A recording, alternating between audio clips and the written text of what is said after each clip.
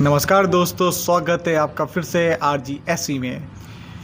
इससे पहले वाले वीडियो में हमने बात की थी अंग्रेज़ों के बारे में कि अंग्रेज़ किस तरह से यहाँ पे आए और किस तरह से ईस्ट इंडिया कंपनी की स्थापना हुई, और साथ ही बात की थी हमने उनके व्यापार के बारे में कि उन्होंने किस तरह से अपने व्यापार को स्थापित किया। हमने बात की थी उस एपिसोड में कि उन्होंने पश्चिमी किस तरह से अपना विस्तार किया, और आज हम लोग बात करने वाले हैं पूर्व के क्षेत्रों में।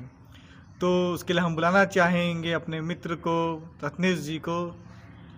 आइए रत्नेश जी। जी।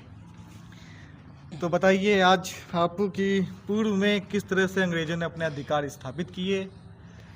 पूर्व में देखो, ऐसा था कि 1630 आते आते पूर्व में अंग्रेज़ों का प्रभाव बढ़ने लगा था और इन्होंने कई कारखाने वहाँ पे खोले। जैसे 1633 में उड़ीसा के बालासोर में, 1651 में बंगाल के हुगली में, और इसके साथ साथ जैसे बिहार का पटना हो गया, बंगाल का ढाका और कासिम बाज़ार जैसे क्षेत्रों में कई कारखाने खोले। और 1658 आते आते जो इनका किला था सेंट जॉर्ज फोर्ट, इसका जो अधिकार क्षेत्र था वो बंगाल, बिहार, उड़ीसा से होते होते कोरोमंडल तट तक इसका प्रभाव पहुंचा था। और जब ये व्यापार करते थे तो तटों तक लाते थे, और व्यापार करने के लिए जो इनकी वस्तुएं थी, जिसमें तुम्हारा कपड़ों के थान होते थे, सोरा होता था, चीनी होती थी, इनके व्यापार के लिए इनको भारत के भीतरी भागों तक जाना पड़ता था, और इनके लिए इनको जगह जगह पर चुंगी देनी पड़ती थी, तो इनके लिए काफ़ी महंगा पड़ता था।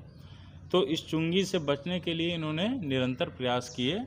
वही 1651, 56 और 72 तक इनको फरमानों के ज़रिए से इनको राहत प्रदान की गई, और उसके बाद इनको जो भारत के जो राजा होते थे, इनको केवल एक मामूली सा शुल्क देना पड़ता था, और इनका व्यापार धूमधाम से चल रहा था। और 1680 में औरंगजेब ने एक फरमान जारी किया, या कहें जजिया लगाया इन पर। जब जजिया लगा दिया तो सूरत को छोड़कर बाकी जितने भी इनके व्यापार थे, व्यापारिक केंद्र थे, इन पर निःशुल्क व्यापार या बिना चुंगी के व्यापार की अनुमति इनको प्रदान की गई। यही कारण रहे कुछ फरमानों के ज़रिए से, कुछ क्षेत्रीय राजाओं के द्वारा छूट के माध्यम से, कि इनको पूर्व में व्यापार करने के अधिकार प्रदान किए गए, या कहें ऐसी परिस्थितियां उत्पन्न हुई कि पूर्व के क्षेत्रों में व्यापार करना इनके लिए सहज हो गया। बस मेरा यही मानना है, बाकी आगे की कहानी बताएं।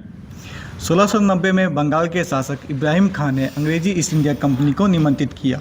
1601 हुआ, फिर उसके बाद 1691 में जो हमारे मुगल शासक थे औरंगजेब ने, उन्होंने बंगाल में चुंगी रहित व्यापार करने की छूट दे दी।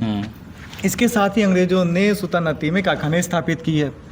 अब हुआ ये कि उस टाइम पे एक जमींदार थे शोभा सिंह, जो कि एक पुरुष थे। कई लोग कंफ्यूजन होती है ना इसमें कि शोभा सिंह आज के टाइम पे नाम होता है महिलाओं का, शोभा नाम होता है। हाँ। तो उन्होंने बगावत कर दी। बगावत इसलिए हुई क्योंकि जो कर वसूलते थे बहुत अत्यधिक थे, जिससे उनका शोषण होता था। इसके साथ ही जब बगावत हुई, उसके बाद अंग्रेजों ने किया क्या कि 1200 रुपये में जमींदार और राजस्व वसूल करने के अधिकार को खरीद लिया।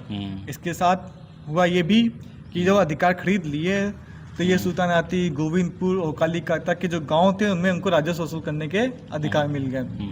अब ये 90 वर्षों के अंदर अंग्रेजों का जो 90 वर्ष उनके पूरे हुए, तो इन्होंने 3 प्रमुख बंदरगाहों पे अपने अधिकार स्थापित किए। बम्बई, जैसे कि बम्बई हुआ, मद्रास हुआ, कलकत्ता और कलकत्ता पे 1700 में 1707 नहीं, हाँ 1707 में औरंगजेब की मृत्यु हो गई, जो कि एक अंग्रेजों के लिए टर्निंग पॉइंट था। भारत में स्वर्णिम अवसर था, क्योंकि मुगल औरंगजेब एक दूरदृष्टि वाला शासक था, एक शक्तिशाली राजा था, और जैसे ही उसकी मृत्यु हुई, शासन आ गया फर्रुखशेर के हाथ में, जो इतना ज़्यादा दूरदृष्टि वाला नहीं था, वो तत्कालिक चीज़ों को देखता था। तो ये इनके लिए एक स्वर्णिम पॉइंट, मतलब स्वर्णिम अवसर था कि हम इससे अपने व्यापारिक हितों की पूर्ति करें। और किया भी, सर जॉन सोर की अध्यक्षता में एक शिष्टमंडल गठित किया गया वो फर्रुखशियर के पास गया और एक फरमान जारी किया जिसके तहत इनको व्यापारिक छूटें मिली। और वो जो 1691 का जो फरमान था जिसके तहत इनको व्यापारिक छूट मिलती थी, जो उसका भी विस्तार हो गया। वो गुजरात और दक्कन के क्षेत्रों तक उसको लागू कर दिया गया। अन्य कई सुविधाएं मिली, जैसे कि कलकत्ता के आसपास के सभी क्षेत्रों में कर रहित व्यापार कर मतलब करों से छूट दे दी गई।